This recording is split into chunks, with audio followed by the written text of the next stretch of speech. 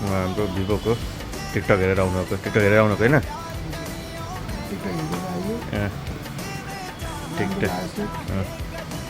TikTok हेरेर हाम्रो उहाँ आउनुभयो उहाँले सेयर भिडियो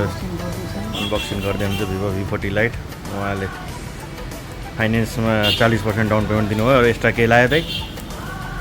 एक्स्ट्रा केही लिएँ मैले एक्स्ट्रा केही लिएन होइन